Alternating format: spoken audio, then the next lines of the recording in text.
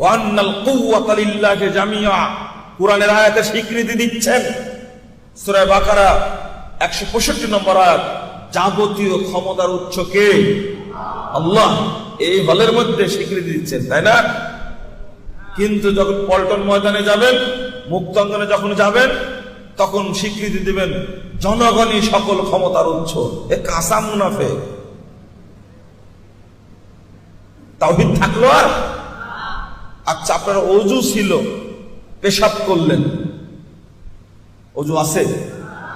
একটুকু নাই? দেখেন তো অল্প আছে কিনা। অল্পও নাই। আপনি সিয়াম রেখেছিলেন, এই বিকাল 4টার দিকে 1 গ্লাস দুধ খেয়ে নিলেন জেনে বুঝে, সিয়াম আছে? অর্ধেকটা তো আছে, 12টার আগ পর্যন্ত আছে। সওয়াব পাবেন না আপনি? কিছুই নাই। আপনারা এত বড়ই কৃপণ হয়ে গেলেন, বলতে পারেন তো অর্ধেক আছে সিয়াম। আরে কেউ তো জানে না আপনি দুধ খেয়েছেন, না কেউ জানে?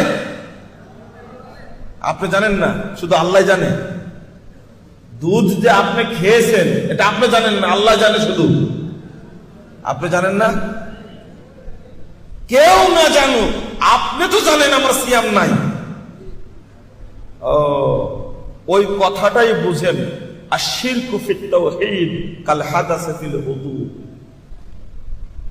তাওহীদের মধ্যে শিরিক ঢুকলে, তাওহীদের মধ্যে শিরিক ঢুকলে যে অবস্থা হবে, ওযু অবস্থায় অপবিত্রতার ঘটনা ঘটলে সেই অবস্থা হয়ে যাবে।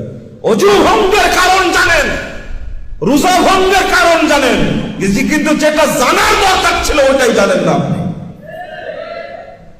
ওযু ভঙ্গের কারণ জানেন ঠিকই, ওযু নষ্ট হয়ে গেছে।